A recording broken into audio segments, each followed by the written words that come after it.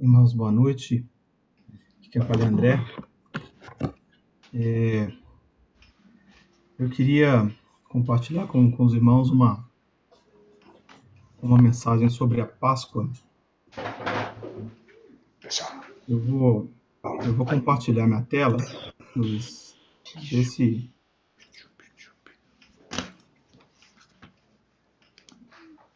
vocês conseguem enxergar o conteúdo, por favor. Sim, dá para ver. Sim. Ok. Eu tiro o stream aqui, gente. Deixa eu um cantinho. Ok. Mas eu vou deixar assim, para eu poder ver o meu relógio também. Se precisar que aumenta, vocês me falem, tá? Eu queria falar um pouco sobre a Páscoa, mas de uma maneira um pouco mais abrangente, trazer alguns pontos a mais, assim, em termos de história, de contexto, um entendimento sobre o que o Senhor de fato queria mostrar com a Páscoa. Mas, como são muitos pontos que eu queria colocar, eu fiz uma apresentação, eu normalmente não faço, mas eu fiz para me organizar e para os irmãos também me acompanharem, tá? Então eu queria colocar aqui de início um resumo do que eu pretendo falar para vocês acompanharem também, para ficar mais fácil. Então eu queria abordar três aspectos. O primeiro, da Páscoa, com uma mensagem abrangente, não só para nós, homens, né, mas para toda a criação. E aí eu queria detalhar isso em alguns tópicos, né? Como o Senhor, ele, de uma maneira muito impressionante, ele arquitetou, planejou todo o evento da Páscoa, né, lá do Antigo Testamento, como ela foi construída pelo Senhor, né? E o que o Senhor quis dizer com todo aquele cenário. E eu também queria não só fazer uma análise do contexto local, mas também das mensagens que o Senhor passou ao longo da história, desde a criação. A gente tem alguns eventos que são globais, né? A criação, a gente vê desde a queda, o dilúvio, a Torre de Babel e a Páscoa são quatro grandes eventos de proporção global, né? E apesar da Páscoa ser, de alguma forma, limitada ao território ali do Egito, né, entendo que ela também é um evento global, né? Nós sabemos que o que ela representa é algo para todo mundo. E comparar, né, esses eventos com a Páscoa, né? Os irmãos vão ver os detalhes de cada um deles, como eles conversam, né, com a Páscoa. E um outro aspecto também que assim eu entendo, irmãos, que o homem ele foi criado como como uma parábola. Então, é como se a criação observasse a nós, ao homem, né, que o Senhor criou, e por meio do homem o Senhor revelasse a sua glória, né, o Senhor revelasse quem ele é por meio do homem. E como isso conversa com as histórias, né? Isso vai fazer sentido, esse entendimento, quando a gente vê esses eventos, né? E por fim, se é uma mensagem abrangente para toda a criação, qual é então a mensagem, né? Tanto para Faraó, o Egito e para o povo de Deus, né? Esse é o primeiro grande grupo, é o que vai tomar mais tempo. Depois tem outros dois que eu também queria compartilhar, né? O segundo, que a festa da Páscoa e a festa dos pães asmos, eles são um único evento, é uma única festa. E qual é o significado disso, né? Às vezes a gente trata as coisas de maneira separada, né? A morte do Senhor e, e a nossa vida sem pecado, às vezes de uma maneira um pouco separada, mas o Senhor ele trata como uma única festa. E qual é o significado disso, né? Queria falar um pouco sobre isso também. E o terceiro grupo, terceiro ponto era enxergando a Páscoa como um evento, em que o Senhor usou para revelar o que ele vai fazer, né? Então, queria tentar discorrer um pouco, não vou tomar muito tempo, mas sobre quais pontos desse evento da Páscoa foram cumpridos e quais ainda não, né? Acho que os irmãos vão entender quando eu for passar. Então eu vou começar, o primeiro ponto que eu queria colocar, né? Eu notei aqui os versículos, irmãos, eu não vou ler todos, tá? Depois eu compartilho essa listinha para vocês, né? Esse material. Os irmãos podem ler, eu recomendo que leiam para acompanharem depois, né? Mas pelo tempo eu vou escolher alguns para ler, tá? Tentando acompanhar a história, um pouquinho da história, né? Desde de Abraão até a Páscoa, né? Eu queria ressaltar, primeiro ponto, isso, né? A soberania de Deus na preparação desse cenário, né? Desse espetáculo, né? E de fato é um espetáculo em que os atores são vivos, né? Eles sofrem as coisas, né? E olha só, acompanha comigo. Então, o primeiro ponto, queria ir lá desde Abrão, 200 anos antes de José descer para o Egito, o Senhor tinha dado um alerta para ele, né? Tinha comunicado ele. Lá em Gênesis 15, 13, o Senhor aparece para Abrão. Ele nem tinha filho ainda, ele nem tinha o nome alterado para Abraão. E o Senhor avisa, né? Fala que daria um filho, seria como as estrelas do céu. E ele então fala assim: Abraão, sabe com certeza que peregrina será a sua descendência em terra alheia, né, e reduzida à escravidão por 400 anos. Mas eu julgarei a nação que ela tem de servir. Né? E depois ela voltaria para cá, porque a medida da iniquidade dos amorreus ainda não tinha sentido, esse é outro ponto, mas eu queria colocar esse detalhe. Né? Primeiro, o Senhor já avisou de antemão, né, que era necessário. A descendência de Abraão teria de servir a uma nação. E o Senhor aqui ele não comenta qual nação que era. Né? Acho que a sabedoria do Senhor, se ele tivesse avisado, talvez Jacó não teria descido para o Egito. Né? Mas o Senhor então avisa aí, o ponto que eu queria colocar é isso. O Senhor coloca que era necessário que aquilo acontecesse. Né? Bom, a gente segue na história e vem Isaac, depois vem Jacó, e depois vem os filhos de Jacó, né? E um deles, né, o 11º, José. O Senhor então começa a revelar a José algo mais, né? E começa a trazer sonhos para ele, e nesses sonhos ele seria exaltado perante toda a família. Nos primeiros sonhos é sobre os irmãos, até que no último sonho até mesmo sobre os pais. Né? E o Senhor então traz esses sonhos para José, né? Revelando o que ele faria. Né? E depois a vida de José é uma vida de muitos sonhos, né? Dele e depois de outros. E aí, pela soberania do Senhor, o Senhor incita o ciúme dos irmãos de José e eles tentam matar e Judá defende, e eles então vendem ele, né, para os ismaelitas, e José então vai para o Egito. Né? E ele vai trabalhar na casa de Potifar, né, e ali o Senhor o abençoa até que, entendo também que pela provisão do Senhor, pela soberania do Senhor, ele vai preso injustamente por aquela questão da mulher. Não vou entrar nos detalhes, acho que os irmãos conhecem a história. Né? Mas, só para a gente pensar, né, se ele não tivesse sido preso, ele talvez o caminho dele não seria, né, o plano do Senhor não seria atingido. Né? Então, foi o Senhor, no meu entendimento, que conduziu todas essas coisas. Né? Conduziu ele à prisão, para que ele conhecesse, então, o padeiro e o copeiro do faraó. Né? O padeiro e o copeiro tiveram sonhos também do que aconteceria, e José interpreta, e da forma que ele interpreta acontece. Né? Um é julgado, o outro é restaurado, né, para faraó. E aí depois o Senhor traz sonhos para faraó. Né? O próprio Senhor, ele revela, né, e José dá testemunho disso. Ele fala, olha, a interpretação vem do Senhor, e quando ele é chamado, né, o copeiro se lembra e fala para o faraó que José interpretou o sonho dele, ele vai até faraó. Quando ele vai falar com o faraó, né, e também quando ele falou com o padeiro e o copeiro, ele fala, a interpretação vem do Senhor, a interpretação vem de Deus. Né? E quando ele interpreta o sonho, né, com aqueles 7 anos de abundância, depois 7 anos de fome, Ele fala também para o faraó, olha, o que o Senhor vai fazer, revelou a faraó.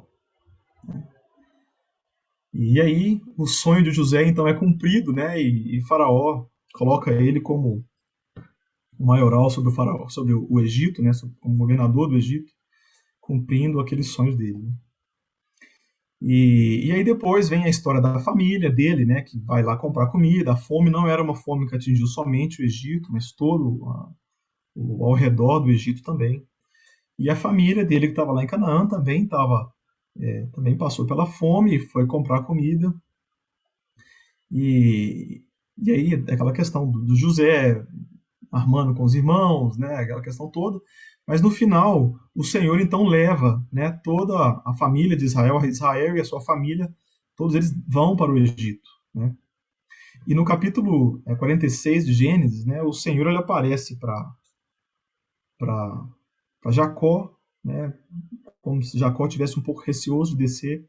E ele fala, ó, Jacó, não temas ir para o Egito, né? Eu serei contigo, né? Assim, você vai e eu te trarei de volta. Né? Então o Senhor ele conduz, ele está em tudo isso. Né? E aí, por fim, né, quando chega o período então de fome, as pessoas, né, quando você lê lá em Gênesis 47, é um texto um pouco longuinho, mas em resumo, né, o povo começa então a comprar comida da mão de José, né, e até um ponto que o dinheiro deles acaba. Então todo o dinheiro passa a ser de Faraó. E aí, sem dinheiro, então, eles começam a trocar o gado por comida. E aí vai até uma hora todo o gado do Egito passa a pertencer a Faraó. E eles não tinham mais. E aí eles então dão a terra deles. Então toda a terra do Egito passou a ser de Faraó. E depois ainda tinha, a fome ainda não tinha acabado. Então todo o povo se tornou escravo de Faraó. Eles se venderam, né, por comida. Então no fim dos 7 anos, né, todo o território, né, e todo o povo passou a ser de Faraó. Né? E Faraó então se tornou um líder, talvez o maior líder da época. Né? E olha que coisa tão curiosa, né? Então, assim, o único povo que ainda, ou que não era escravo de Faraó, era o povo do Senhor, né? Era o povo de Israel. E aí depois, né, virando a página, começa então a história mais breve ali da Páscoa, né? Aquilo que o Senhor tinha revelado lá para Abrão, ele então começa a cumprir. Então morre Faraó, morre José, levanta outro Faraó que não conhecia José, e ele começa então a escravizar também o povo de Israel. Então, o povo que faltava, ele então escraviza. Né?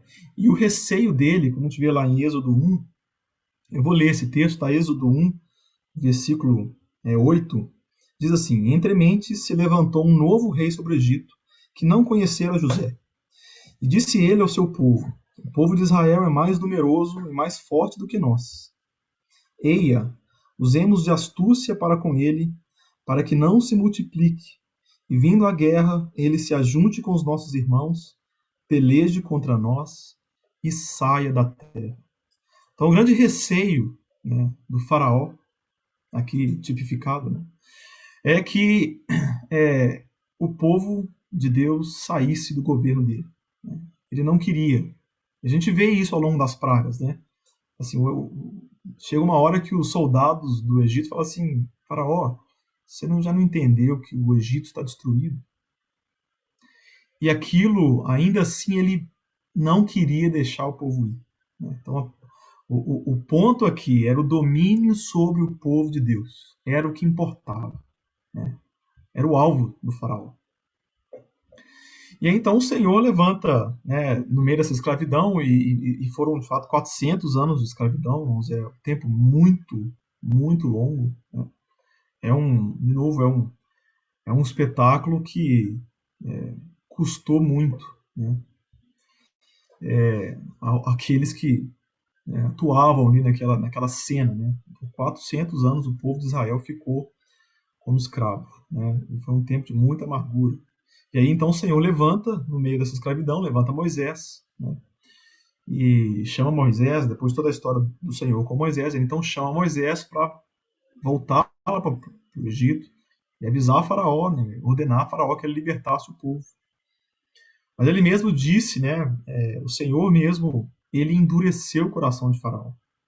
Então, o próprio Senhor endurece o coração de Faraó com o objetivo de que as maravilhas do Senhor se cumprissem, né, fossem conhecidas, né, para que a mensagem do Senhor que ele queria passar com todo esse evento fosse conhecida, né?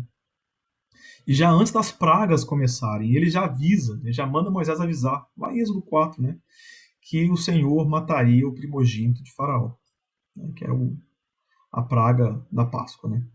E aí, então, com a dureza de Faraó, com o Faraó dizendo não, e o Senhor então traz as 10 pragas, né? E a última praga, né, a 10ª praga, é a praga da Páscoa. E é um paradoxo se dizer, chamar de Páscoa de praga, né? Aquilo que é salvação para nós é, para aqueles que não creem, uma destruição.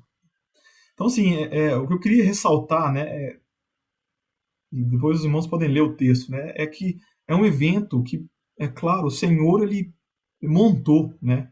O Senhor, ele construiu um evento, né? Eu chamo isso de um evento mensagem, né? O Senhor quis passar uma mensagem com tudo isso. Então, era necessário que o homem descesse para o Egito, né, e fosse servo de Faraó, né? E aí tem essas mensagens todas, né? O juízo do Senhor, né?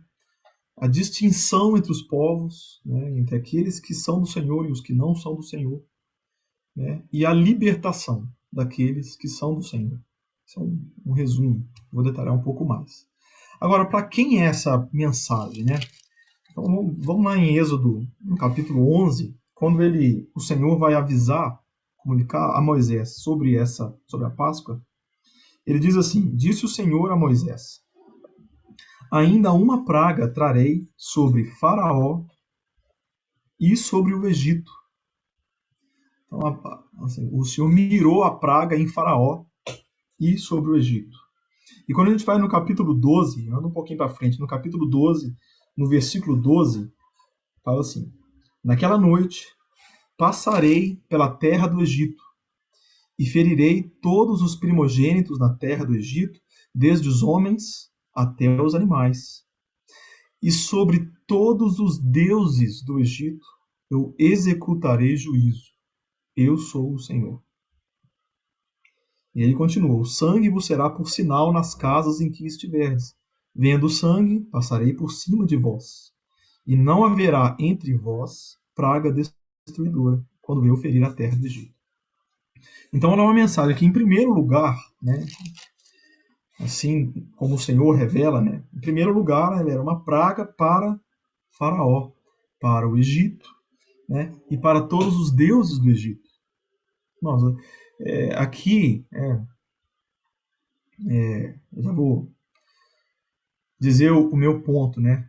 Aqui, para mim, Faraó é um tipo de Satanás, o príncipe deste mundo. E o Egito é toda a área de domínio, ou o povo, né, ou as criaturas de domínio de Satanás, ou as criaturas que seguem a Satanás e servem a Satanás. Por isso que o Senhor fala que ele vai executar juízo sobre todos os deuses do Egito, né? Então, a mensagem aqui é uma mensagem de juízo, né? Um juízo sobre toda a criação, né? E claro que a mensagem não é só para eles, não é só para os que se perdem também. A Páscoa, né, o significado da Páscoa é um significado de salvação. Então é também para os que são salvos, né? Então a mensagem para os dois públicos. Por isso que eu entendo que a Páscoa é uma mensagem que tem uma abrangência para toda a criação, né? E aí, assim, Páscoa, né? O que significa Páscoa? Falar em termos de significado da palavra, né? Então, a Páscoa, como a gente fala, é uma palavra que vem do latim, significa passagem, né? Mas no hebraico, né, passer, ela significa desviar ou passar por cima, né, como a gente vê. Então, se a gente for lá no texto que a gente leu, Êxodo 12, 12, se a gente voltar um pouquinho em Êxodo 12, 11, no finalzinho dele fala, né, esta é a Páscoa do Senhor. Esta é a Pesser do Senhor, né? E aí, mais na frente, no versículo 12, ele fala: naquela noite passarei pela terra. Esse passarei não é a mesma raiz de Páscoa. Mas quando chega no versículo 13, ele fala: o sangue vos será por sinal nas casas em que estiveres, vendo o sangue, passarei por cima. Aqui a palavra é passer, né? A gente tem pesser, que é de Páscoa, né? E passer, de passarei por cima, que é só uma diferença talvez de conjugação. Eu não sou especialista, não, mas é a mesma raiz, né?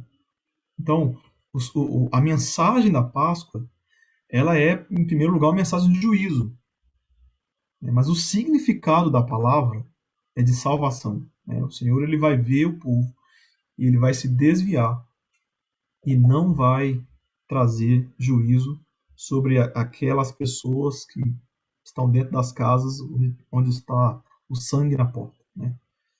Então,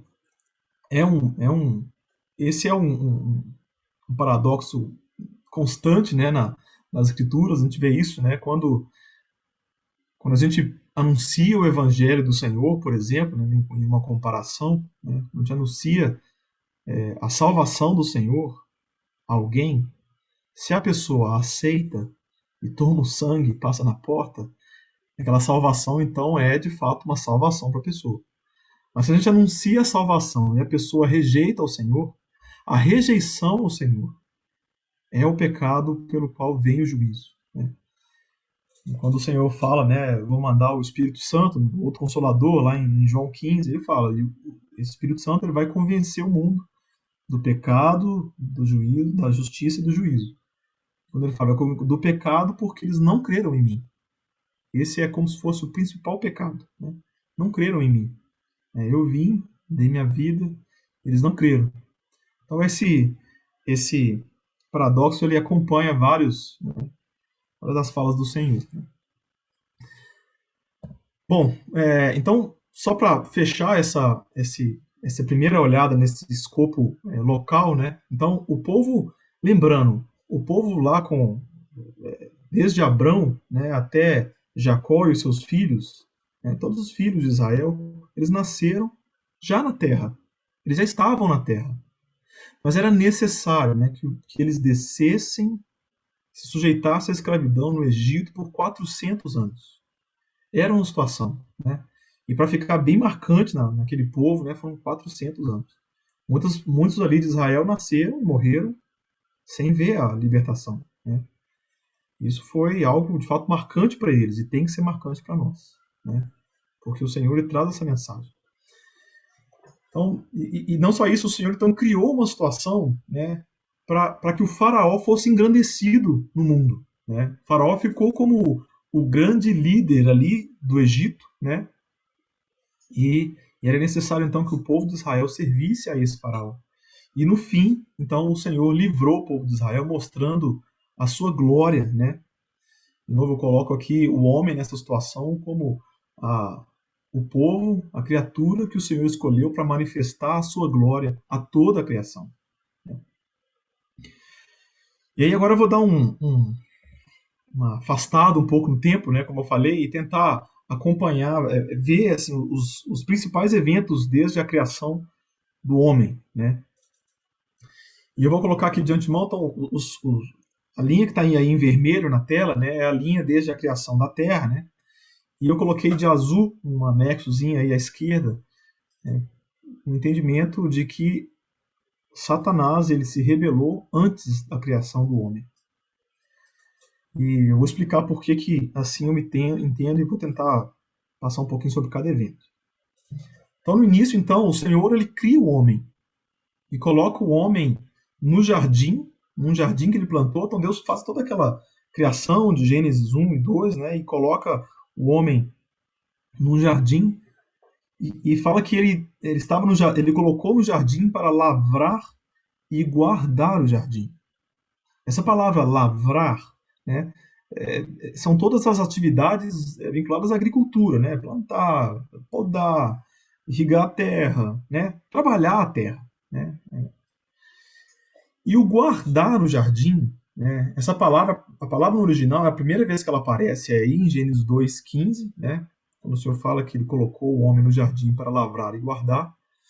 E a próxima vez que ela aparece é lá em 3:24, quando o Senhor ele fala, né, que depois que o homem foi expulso do jardim, diz assim: havendo lançado fora o homem, pôs querubins ao oriente do jardim do Éden e uma espada flamejante que se revolvia por todos os lados para guardar o caminho da árvore da vida. Então essa palavra ela traz um significado de proteção, né, de segurança, né, de o ponto assim é Adão tinha que ficar de guarda, ele tinha que ser o guarda do jardim, né, vigiar o jardim. Ou seja, já havia um perigo ali, já havia um perigo. Né? Por isso que eu entendo que Satanás ele se rebelou, né, antes da criação do homem, e eu também entendo, e meu ponto que eu quero colocar, o entendimento é esse, de que todo homem, a criação do homem foi para trazer então uma mensagem para toda a criação. Né?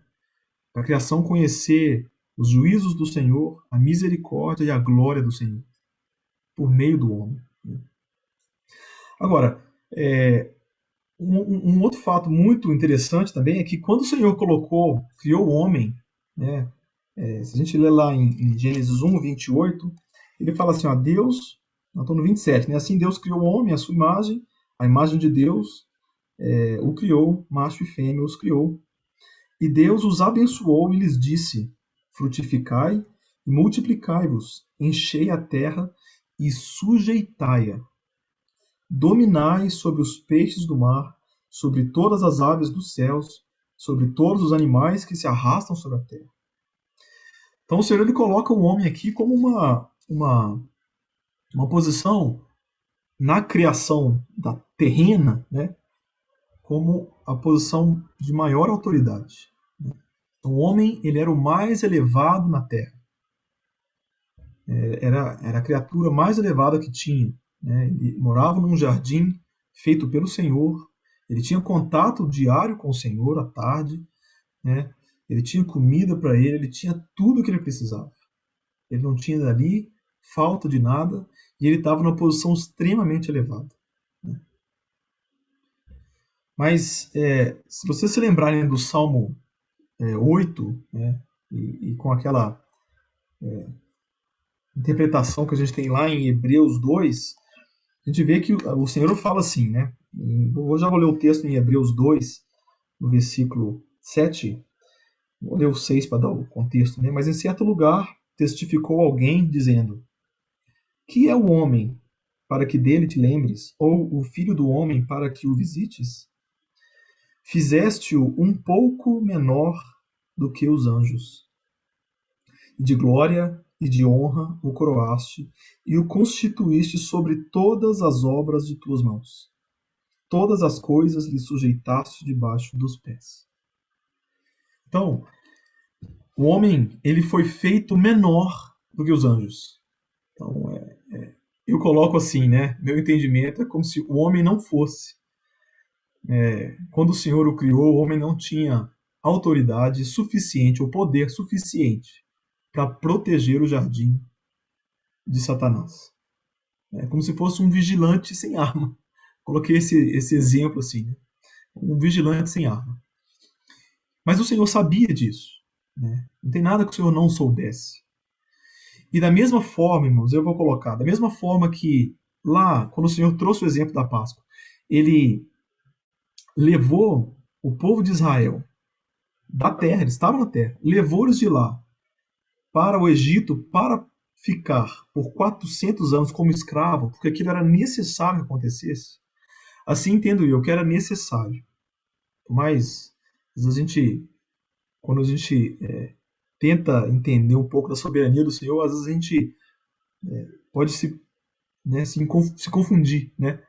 Mas era necessário, e o Senhor sabia, que o homem se sujeitasse ao pecado e a Satanás.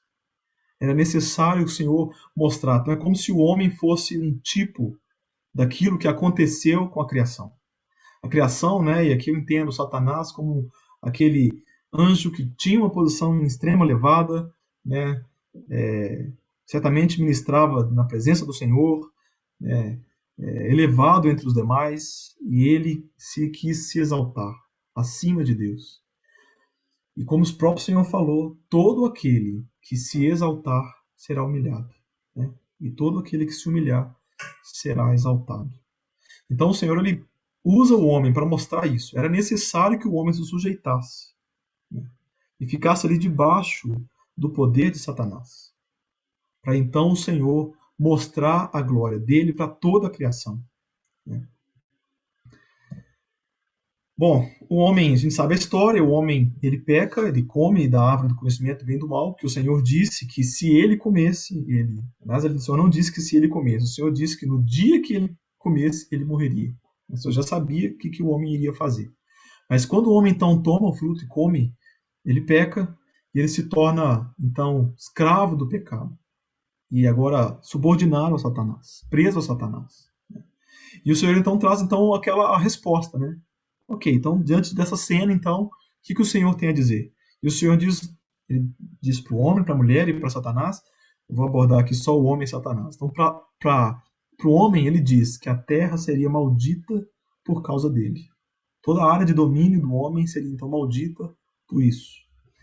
E a Satanás, o Senhor diz, né? Aquele primeiro recado, é um recado muito forte, né? Primeiro recado que o Senhor dá, ele dá para o líder da rebelião. Ele diz: olha, o descendente da mulher vai esmagar a sua cabeça.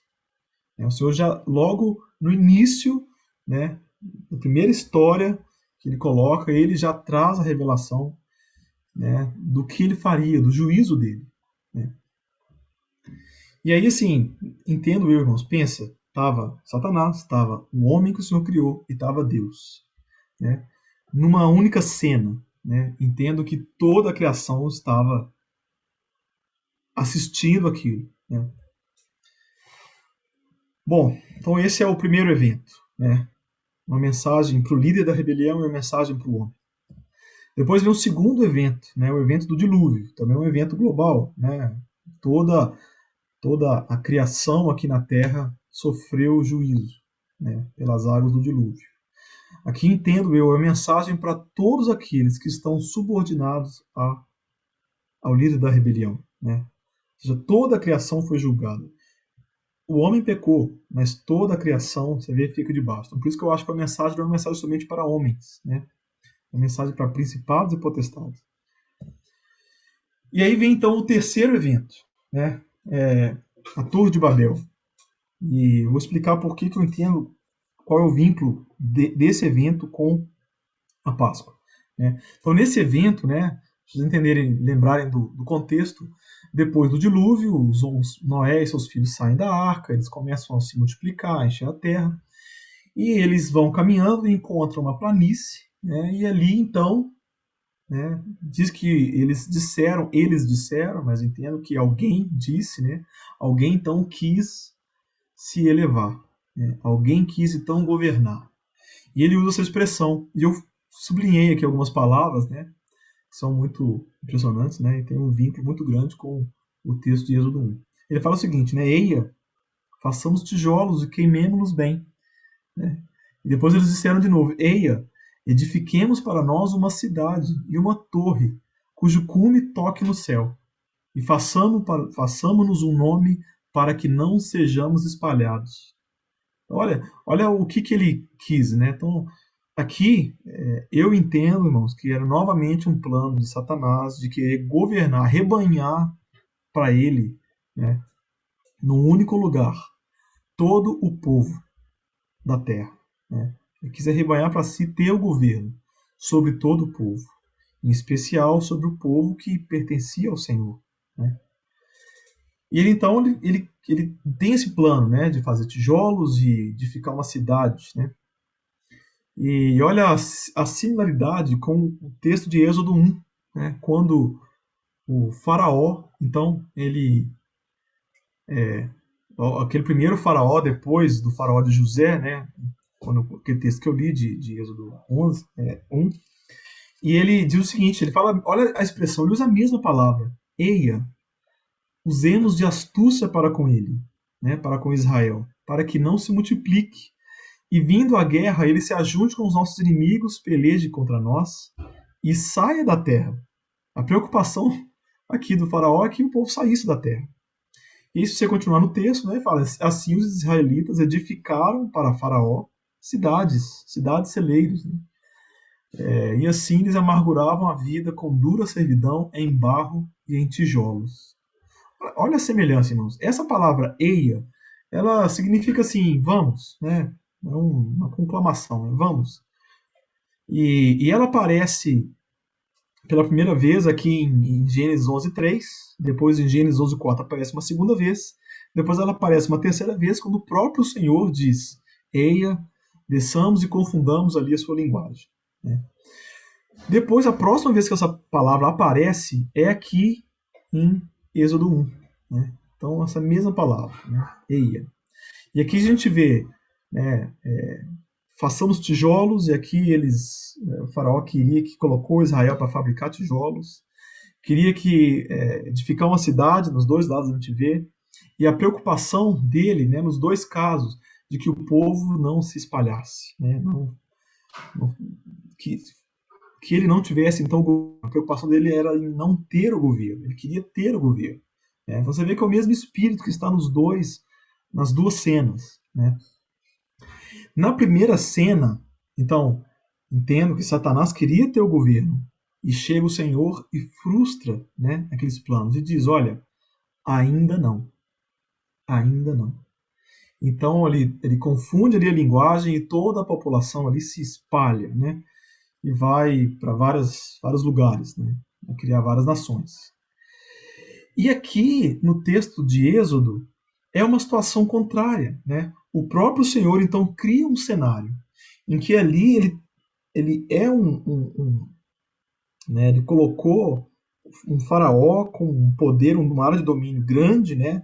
Um domínio sobre toda aquela área, sobre todo aquele povo, e também sobre todo o povo de Deus.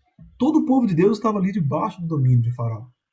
Então, o que eu entendo disso? Entendo que essa mensagem, né, é como se fosse o Senhor estivesse dizendo assim, olha, aquilo que Satanás queria fazer lá em Babel, isso vai acontecer um dia. Ainda não. No evento de Babel, o Senhor falou, ainda não. Mas no evento do Egito, ele falou assim, olha, um dia vai acontecer. E quando isso acontecer, eu vou executar juízo. E eu vou livrar o meu povo. Então, irmãos, é como se a mensagem do Senhor, né, desde da criação e a queda do homem, que o Senhor anunciou ali, né, para o homem que haveria um descendente que esmagaria a cabeça de Satanás, mas também isso para o próprio Satanás, para o líder da rebelião, o Senhor deu aquela mensagem ali. Depois o Senhor em dilúvio traz a mensagem para todos aqueles que estão debaixo dessa rebelião. E aqui no evento de Babel, ele fica conhecido qual é o propósito de Satanás de governar, e na Páscoa é como se o Senhor falasse assim, olha, no dia que isso acontecer, é isso que eu vou fazer. Então, o Senhor ele vai, evento a evento, aumentando o escopo da sua revelação, né? Revelando cada vez mais detalhes. Né? Então, lá no primeiro, na queda, o Senhor ele fala que o descendente da mulher esmagaria a cabeça de Satanás. E aqui na Páscoa a gente vê a figura daquele que a gente sabe hoje que é a mesma pessoa, né? Vem agora na forma de um cordeiro, né? E ele salva, pela sua morte, salva o povo. Né? Mas são momentos diferentes. Né? O cordeiro sendo morto para salvar o povo é num momento. O descendente da mulher esmagando a cabeça de Satanás é num outro momento. A gente sabe que os dois eventos convergem. O Senhor disse que o príncipe deste mundo ele já está julgado. Né? O Senhor ele já venceu. Mas a execução pensa, de fato, ela ainda não aconteceu. Né? Então, esse é o retrato como um todo. Né? E aí eu queria colocar, então assim, isso é o evento, né? E peço perdão aos irmãos falar demais, Satanás não é o objetivo, era só para entender, dar o contexto, né, de como o Senhor quer tratar com o líder da rebelião.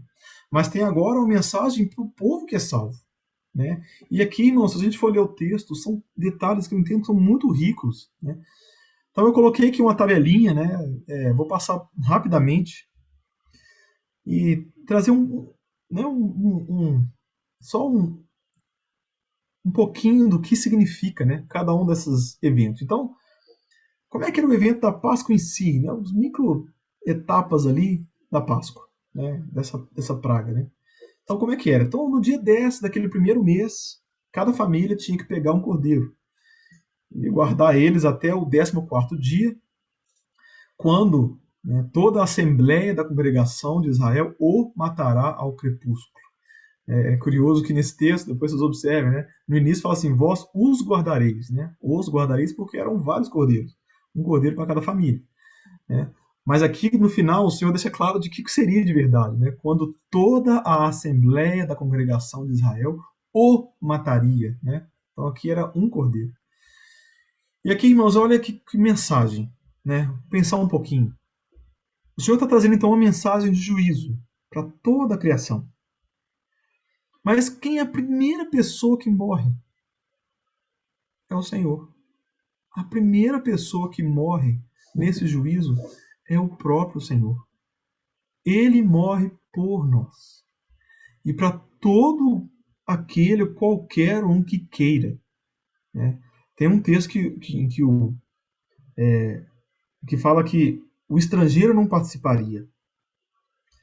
Mas se o estrangeiro quiser participar, ele deveria ser circuncidado. E ele poderia participar. E essa é a nossa realidade, irmãos. Pelo menos a minha realidade. Eu sou um estrangeiro. E o Senhor me aceitou. E o Senhor quis me incluir nesse plano. Né? Aleluia por isso. Como eu sou grato por isso. Mas aqui essa mensagem é uma mensagem de substituição. O Senhor morreu no nosso pecado. Né? Eu coloquei um texto aqui, então, não podem achar inúmeros textos disso. Né? Mas aquele que não conheceu o pecado, Deus o fez pecado por nós. Né? Essa é uma mensagem. Mas vamos prosseguir. Tem muito, muito mais. Então, mais para frente, então, ele mata o cordeiro ao crepúsculo, ele toma do sangue, ele passa em ambas as ombreiras da porta e na verga da porta. Ou seja, ele marca aquele povo. O povo que é do Senhor, ele tem uma marca. Né? Então, o Senhor cumpre o que ele faria distinção entre os povos. Né? Então, todo aquele que crê, né? A gente sabe que o significado de tomar o sangue é o crer, né? É o confessar o Senhor, é aceitar o Senhor. Né? Ou, como o Luiz já compartilhou, e muitos irmãos compartilharam várias vezes, né? Aquele que foi aceito pelo Senhor. Né? Mas quem crê tem a vida eterna. Foi marcado, né, com o selo de Deus. Então o Senhor ele faz distinção, ele marca com o sangue. E continua, né? Eles tomarão do sangue, e naquela noite eles comerão a carne assada ao fogo.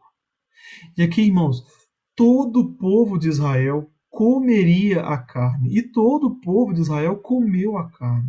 Todos aqueles que foram salvos participam do Senhor, da vida do Senhor. Né? Podem comer a carne do Senhor. E o Senhor fala: quem come minha carne e bebe meu sangue, aquele discurso de João 6, que é um discurso duro, né, como os discípulos disseram, né, e até abandonaram o Senhor.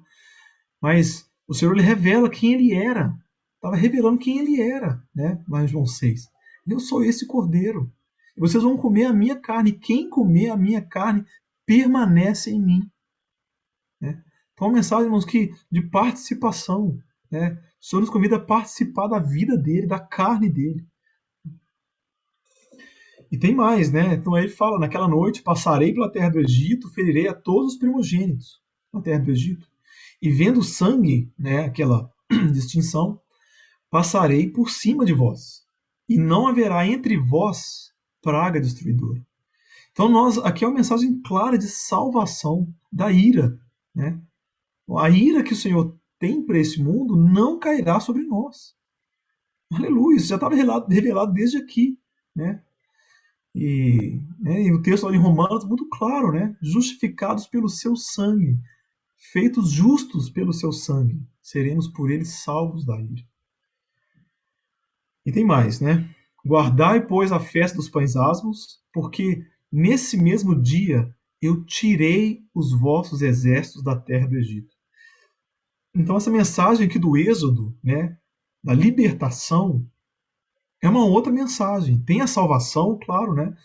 A ira do Senhor não cairá sobre nós. Mas não é só isso. Nós seremos libertados do pecado. Então, uma outra mensagem muito complementar e muito significativa. Né? Como o Senhor já naquela época já revelou tudo isso. Né? E aí ele fala, né, uma outra mensagem, quando ele fala sobre a festa dos pães asmos, que era para ser guardada, ele diz: por 7 dias não se ache nenhum fermento nas vossas casas. Qualquer que comer pão da verdade será eliminado. A gente sabe hoje do significado disso, né? Ou seja, não deveria, não existiria mais na casa do povo do Senhor mais fermento. A gente sabe que fermento é uma figura do pecado, né? E o Senhor quer então transformar a gente numa massa nova. Então é uma mensagem de transformação também, né? De que o Senhor nos transformaria numa nova massa. Não haveria fermento. E por fim, a última, né? Quando eles saíram, eles despojariam os egípcios sem levantar uma única espada. Né? Eles levariam então os despojos da guerra. Né? Os despojos, irmãos, é aquilo que você ganha quando você vence uma batalha. Então aqui é a vitória sobre o inimigo. Né? E então é uma mensagem de exaltação, de glorificação, né? Do triunfo do Senhor e do povo. Né? Bom, esse irmãos, era o que eu queria para esse primeiro ponto, né? Da abrangência da mensagem, tanto para toda a criação quanto para nós, né? Então, olha a quantidade, olha a riqueza do texto, né? De quantos recados o Senhor deu ali por meio desse evento, né? Um evento que o Senhor ali arquitetou e quanto ele nos fala, né? Mas eu queria trazer um outro ponto, né? Avançando um pouquinho mais, né? Aquele segundo ponto que eu mencionei. Mas eu estou acabando, eu sei que eu já estou aí chegando às 9 horas, eu peço paciência, falta só um pouquinho. Esse outro ponto, né, é sobre o evento, a festa da Páscoa e a festa dos pães asmos, ser um único evento, ser uma única festa, irmãos, isso para mim traz um significado muito especial, né? Quando a gente vê o exemplo que eu li aqui, né, esse versículo, Êxodo 12, 17, né, eu coloquei ele aqui atrás, né? Guardai, pois, a festa dos pães asmos, porque nesse mesmo dia eu tirei os vossos exércitos da terra do Egito. Então isso a gente costuma sempre vincular a Páscoa, né? Mas é uma coisa só, a Páscoa e a festa dos pães asmos. Quando a gente lê lá o texto em Lucas 22, 1, né, ali fala que quando ele vai anunciar o período, né, que ele vai contar, diz assim: estava perto a festa dos pães asmos, chamada Páscoa. Então, só para ficar claro, né, que é um único evento, é um evento só. Né? E por que eu acho que isso traz um complemento à mensagem, a mensagem a mais importante? Porque o Senhor ele conquistou um único evento, né, um único ato, a salvação da ira e a nossa libertação do pecado. Né? E às vezes a gente considera uma coisa e depois considera outra, mas são coisas inseparáveis, irmãos. A morte do Senhor por nós era para nos transformar. Né? É como se fosse o objetivo, né? O alvo. Então, assim, e um outro detalhe, né? A morte do cordeiro, né? O sacrifício do cordeiro, ele era na primeira noite da festa. Mas é uma festa de 7 dias. Por toda uma semana, não deveria haver fermento. Né? E, agora, o fermento, assim, a figura do fermento, assim, os irmãos devem saber, né? Era uma massa, o fermento naquela época era uma massa podre, né? Uma massa velha, né? Uma massa que você deixava reservada, você controlava ela ali, ela apodrecia, e sempre quando você ia fazer um pão, você fazia uma massa nova, pegava um pedacinho daquela massa velha, podre, né?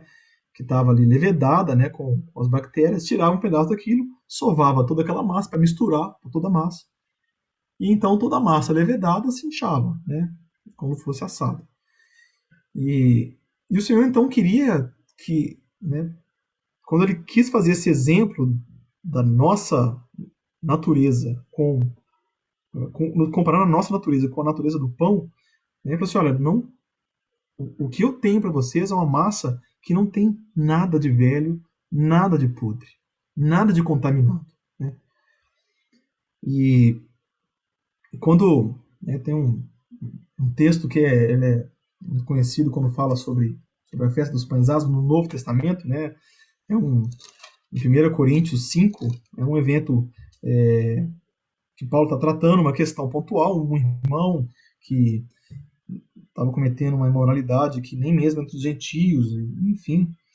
E é como se o povo, os irmãos lá em Corinto, se orgulhassem de receber aquele irmão, né? Ou de, olha, como a gente recebe, como a gente aceita o pecador. Né? E aí Paulo fala assim, olha, no versículo 6 de 1 Coríntios 5, fala assim, olha, não é boa a vossa jactância, esse orgulho disso, né? Vocês não sabem que um pouquinho de fermento leveda toda a massa? Lançai fora o fermento velho, para que sejais uma nova massa, assim como sois sem fermento. Porque Cristo, a nossa Páscoa, já foi sacrificado por nós. Pelo que celebremos a festa, não com fermento velho, nem com fermento da maldade e da malícia, mas com os asmos da sinceridade e da verdade. Então, é claro, né, sabendo que o fermento é uma figura do pecado, né, o Senhor deixa isso muito claro, nós somos libertados do pecado. Né? Então o pecado não pode mais habitar em nós. Né? Mas, irmãos, a gente sabe, imagino que com os irmãos não é diferente do que é comigo, que é difícil viver uma vida sem cometer pecado. Né? A gente sabe que isso, em Romanos, Paulo fala que o pecado não teria domínio sobre vós. Mas o que a gente percebe? A gente percebe que é como se ainda houvesse esse domínio. Né? Há ainda uma lei sobre nós. Né? Que se a gente der uma vacilada, mais simples que seja, a gente comete pecado. Né? Porque a gente, do ponto de vista espiritual, o Senhor ele nos livrou. O Senhor ele já morreu na cruz pelo pecado. Ele já encerrou ali a lei e o pecado. Mas em nós, a gente ainda vê o nosso corpo corrompido. Né? Agora, olha que detalhe interessante, né? Quando o Senhor ele vai falar, ele vai revelar como a festa da Páscoa seria celebrada, ele diz, claro, que pelos 7 dias nenhuma obra se faria neles. Nenhuma obra nos dias da festa dos pães asmos. Mas isso também fala algo, né? Talvez ali isso não ficasse claro para o povo, né? O primeiro contato com aquilo, né? Mas para nós hoje que temos todo o Novo Testamento, tudo aquilo que o Senhor já nos revelou, esse detalhe é um detalhe impressionante, né? Ou seja, é como se viver uma vida sem pecado não viesse por nenhum esforço nosso ou conquista nosso, né? Mas é algo que o Senhor nos conquistou, é algo que o Senhor nos livrou, né? Então qual é o ponto, né? Nós hoje temos essa revelação, irmãos, de que o Senhor ele nos deu o seu Espírito, né? E se nós andássemos no Espírito, como Paulo diz lá em Gálatas, né? Gálatas 5, andai no Espírito e jamais satisfareis a concupiscência da carne. Então, o pecado ele continua habitando em nós, mas o que Paulo fala é assim, olha, considerai-vos como mortos para o pecado. Mas por que considerai-vos? Porque a gente ainda não está. Do ponto de vista espiritual, sim, mas isso ainda não é uma realidade para nós. Mas a gente sabe que o Senhor ele já nos deu toda a provisão para vivermos uma vida sem pecado. E aí, irmãos, se a gente for falar assim, então qual é o nosso esforço? Né? Nosso esforço, irmãos, tem que ser de andar no Espírito, ou de buscar viver continuamente em Espírito, para a gente se ver, então, livre do domínio. Né? Irmãos, Irmãos, o que prende o homem ao governo de Satanás é o pecado. E é impressionante quando o Senhor então ele opera em primeiro lugar, no primeiro momento, né, todo esse panorama do juízo do Senhor. Quando o Senhor ele se manifesta para aniquilar o pecado, ele quer tratar com aquilo que nos prende a Satanás. E ele nos deu hoje, irmãos, o Espírito, que é o poder para vivermos uma vida sem pecado. Né? Então, ele nos deu, né, até que, de fato, nós sejamos revestidos de uma incorruptibilidade. O Senhor nos deu esse recurso. Né? E é isso que a gente tem que viver hoje. E aí, para fechar, irmãos, e confesso, estou acabando, não sei quantas horas são aqui. Considerando então todo esse evento da Páscoa, né, como um evento profético em que o Senhor revela o que vai acontecer, né? Então eu tentei resumir aqui numa linha, né, pensando assim, ó, lá no 10º dia, então o cordeiro é separado, né, e ele era guardado e avaliado até o 14º dia. A gente vê isso na vida do Senhor, quando ele foi para Jerusalém e ficou por aqueles dias ali sendo arguído e questionado, né, até o ponto que ninguém achou nada, né? E aí eles apelavam assim, bom, não achamos nada, então vamos matar ele assim mesmo, né? E aí chega no 14º dia, então, é o dia do sacrifício do cordeiro. E aí quando chega no início da noite, né, logo depois do sacrifício do cordeiro, então eles tinham que passar o sangue na porta, depois então eles comiam da carne assada com os pães asmos e as ervas amargas, e aí tinha um hiato, um tempo ali, né, em que eles tinham que aguardar como? Em prontidão, pronto para sair. Então, eles passaram toda aquela noite, né, esperando, né, a hora de sair. Né? E como, irmãos? Eles estavam prontos. Né? Sandálias nos pés, cajado nas mãos, os lombos cingidos, né? Diz, pronto, completamente livre de qualquer embaraço. Né? Eles tinham que estar ali resolvido. Né? Não era para ficar ali que nem Ló, na época que o Senhor foi lá resgatar Ló, e Ló ficava sem saber se era ou não era, né? E os anjos apressando, não era assim. Né? O que o povo de Israel tinha que fazer, eles tinham que estar prontos para sair. Né? Sandálias nos pés, cajados nas mãos, lombos cingidos. Né?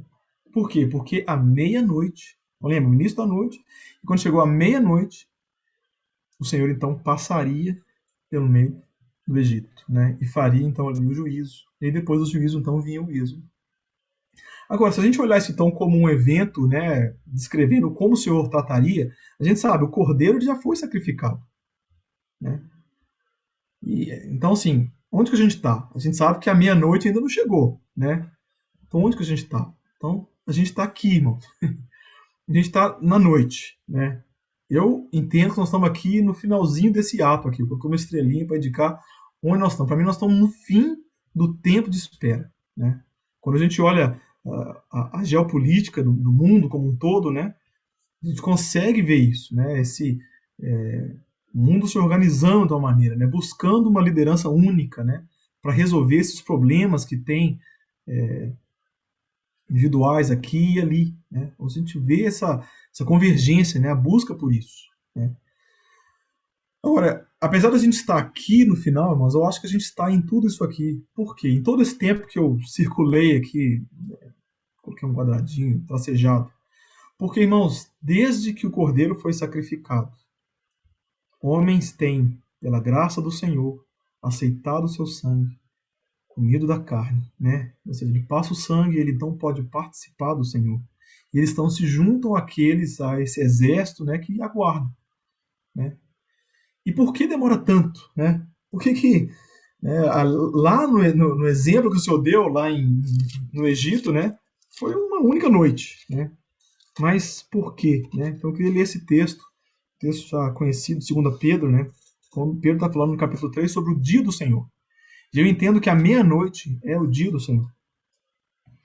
E vou ler aqui a partir do versículo 3, ele fala assim: Sabei primeiro que nos últimos dias virão escarnecedores, andando segundo as suas próprias concupiscências, e dizendo: Onde está a promessa da sua vinda? Desde que os pais dormiram, todas as coisas permanecem como desde o princípio da criação.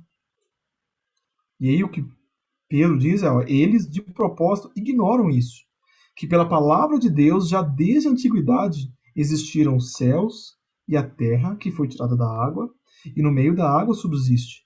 E por essas coisas também pereceu o mundo de então, coberto pelas águas do dilúvio. Mas os céus e a terra que existem agora, pela mesma palavra, têm sido guardados para o fogo, sendo reservados para o dia do juízo e da perdição dos homens ímpios. Mas, amados, não ignoreis uma coisa, que um dia para o Senhor é como 1000 anos, e 1000 anos como um dia. O Senhor não retarda a sua promessa, ainda que alguns a tenham por tardia, mas ele é longânimo. Irmãos, aleluia, se o Senhor não tivesse esperado, eu não estaria nesse grupo. Mas aleluia, o Senhor esperou. O Senhor não foi tão rápido assim lá na época, né? Aleluia, o Senhor, ele nos resgatou, né? Porque ele é longânimo para conosco, não querendo que nenhum de nós se perca, senão que todos venham a se arrepender. Então, nós vivemos esse dia, o Senhor deu um tempo, e ele deu tanto tempo. Tanto tempo, irmãos, já fazem quase 2000 anos, quase 2000 anos, que o Cordeiro foi sacrificado. E o Senhor ainda não, a meia-noite ainda não chegou. Mas, irmãos, há uma esperança para nós, né? Da real libertação, né? Ou seja, a gente sabe que vai chegando no final, vai chegando no dia do juízo, o dia que as pragas vão começar a acontecer, né? Que vão ser dias de muito sofrimento, né? De grande tribulação. Mas eu queria lembrar um texto, né? Eu vou ler 2 textos e eu vou encerrar esses 2 que estão marcados aí na nossa real esperança, né? Um é de Romanos 8, a partir do 18, que Paulo diz assim: olha, eu tenho para mim, né, por certo, que as aflições desse tempo presente não são para comparar. E aí, irmãos, presta bem atenção. Com a glória que em nós há de ser revelada.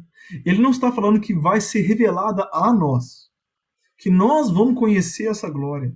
Não, irmãos. A glória vai ser revelada em nós. A ardente expectativa da criação, toda a criação, aguarda a revelação dos filhos de Deus. Irmãos, é o que o meu recado era esse, assim, a nossa vida ela tem sido observada, né? É como se a criação olhasse para toda a criação, todos os filhos de Deus, né? Toda a criação olhasse para os filhos de Deus para ver aquilo que o Senhor quer revelar. E olha, irmãos, aleluia, o Senhor quis revelar a glória para toda a criação por meio de nós, que é o homem. Mas o Senhor quis revelar tudo isso por meio de nós. Ele fala, porque a criação, verso 20, a criação ficou sujeita à vaidade, não por sua vontade, mas por causa daquele que a sujeitou. Mas a criação ficou sujeita a essa vaidade na esperança de que também a própria criação será libertada do cativeiro da corrupção, para a liberdade da glória dos filhos de Deus. Nós sabemos que toda a criação geme, como se estivesse com dores de parto, até agora. E ainda vai durar mais um pouquinho. E não só ela, mas também nós, que temos do Espírito, das primícias do Espírito, também gememos em nós mesmos, aguardando a adoção, a saber, a redenção do nosso corpo. Pois nessa esperança somos salvos. E eu queria fechar com o texto de 1 Coríntios 15. O Paulo está falando sobre a ressurreição, né, a nossa esperança. E aí, essa, irmãos, é a nossa esperança e ela é bênção demais. Ela é muito gloriosa. A gente for no versículo então 20, né, eu vou resumir. Ele está falando essa questão, né, do primeiro homem ser terreno, e segundo homem do céu, né, e qual o terreno também são os terrenos, e qual o celestial também são os celestiais. E assim como nós, no versículo 49, trouxemos a imagem do terreno, assim nós, no futuro, traremos a imagem do celestial, a imagem do Senhor. né? Aquela transformação. E agora digo isso, irmãos, que a carne e o sangue não podem herdar o reino de Deus. Nem a corrupção herda a incorrupção. Eis que eu vos digo um mistério. Na verdade, nem todos dormiremos, mas todos seremos transformados. Num momento, num abrir e fechar de olhos, ao soar a última trombeta. Pois a trombeta soará, e os mortos ressurgirão incorruptíveis, e nós seremos transformados. Pois convém que isso que é corruptível se revista da incorruptibilidade, e isso que é mortal se revista da imortalidade. E quando isto que é corruptível se revestir da incorruptibilidade, e isto que é mortal se revestir da imortalidade, então se cumprirá a palavra que está escrita: tragada foi a morte na vitória. Versículo 58. Portanto, meus amados irmãos, sede firmes e constantes, sempre abundantes na obra do Senhor, sabendo que no Senhor o vosso trabalho não é vão. Irmãos, é isso que eu queria trazer. Eu queria trazer essa mensagem da Páscoa como um evento que percorre toda a nossa redenção, né? E as mensagens que ela traz, né, de libertação para nós, como isso é para nós de esperança, né? E que a gente possa, como Pedro mesmo disse, né, sabendo de tudo isso, como a gente tem que cingir os nossos lombos, né, e viver essa vida de prontidão, né, livre de todo embaraço com essa terra, irmãos, né? Se a gente tem algo contra alguém, que a gente busque resolver. Se a gente tem qualquer questão, que a gente, irmãos, que a gente fique livre, né? E que a gente aprenda a andar em espírito, né? Para que durante o tempo em que a gente ainda não foi plenamente libertado, que a gente não foi revestido dessa incorruptibilidade, né? Que a gente possa viver uma vida sem fermento por todos os 7 dias, não é só por um ou por outro. A gente sabe que é difícil, mas, irmãos, o Senhor deu recurso para todos os 7 dias, né? Para todo o período. Para mim, esses 7 dias é por toda a vida, né? Amado Senhor, o que dizer, Senhor, diante de toda a sua misericórdia, Senhor, de toda a sua salvação, de todo o plano que o Senhor tem para nós. Oh, Senhor, muito obrigado por o Senhor ter nos incluído nisso, Senhor. Senhor, é tão maravilhoso ver tudo que o Senhor tem para aqueles que te servem, para aqueles que são seus. E nós queremos, Senhor, ser participantes disso, Senhor. Não queremos de forma alguma, Senhor, de forma alguma, desonrar o Senhor. Amém. O Senhor que já executou uma obra completa para nós, que o Senhor agora, Senhor, complete de fato. O Senhor que revelou isso lá atrás, que o Senhor agora complete isso, Senhor. Senhor, que o Senhor nos prepare para a sua volta, Senhor. Amém. De todo embaraço. Amém. E nos ajuda, Senhor, nos ajuda na nossa dificuldade, Senhor, de vivermos todos os dias, todo o tempo em espírito, Senhor. Nós confessamos, isso é difícil para nós. Difícil, Senhor. E que o Senhor nos ajude, Senhor. Amém. Que Ele possa também rogar por nós, como Ele bem sabe fazer. Amém. Vamos ajudar. Nos rogamos, Senhor, no nome do Senhor Jesus. Amém. Amém.